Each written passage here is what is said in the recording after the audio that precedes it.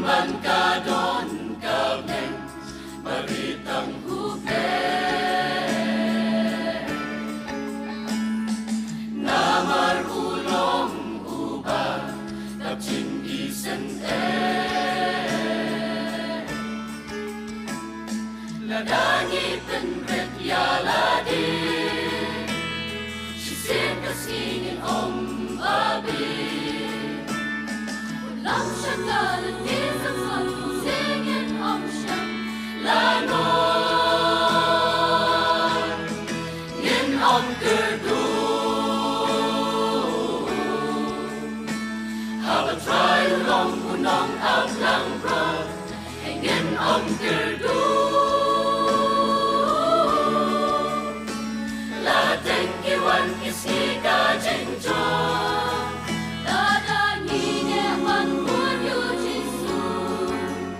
Ban bút hộp ya Gan sa quay ca si vi sha trong bu Ca si trên cơ khu Hình yên ông cơ đu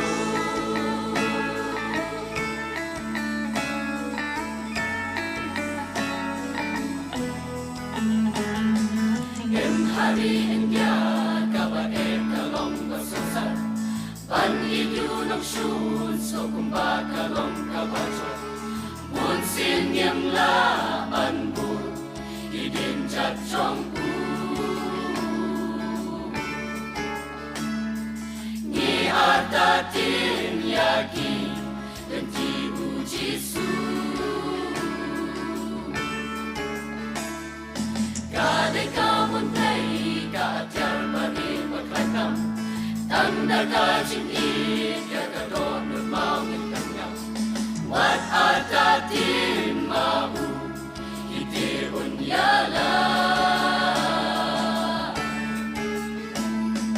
Kan poy ka por yaki jingit kan penya Ladadi pen yaladi Kasingin sa babi Namangin om yale Manging mauhi on yale Yagi Ngin om kerdu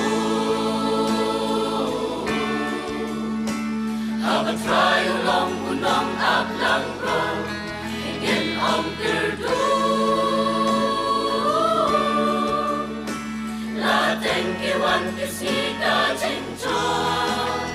Dadangine man munyu jisu Ban bút hộp ya Kan sa quay kasi visha trong bu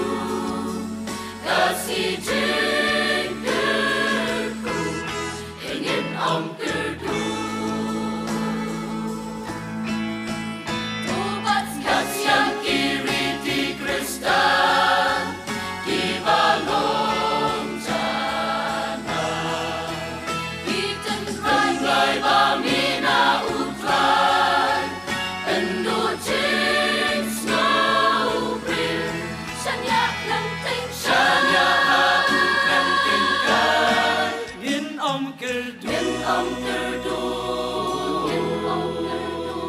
Have a try long áp lăng ro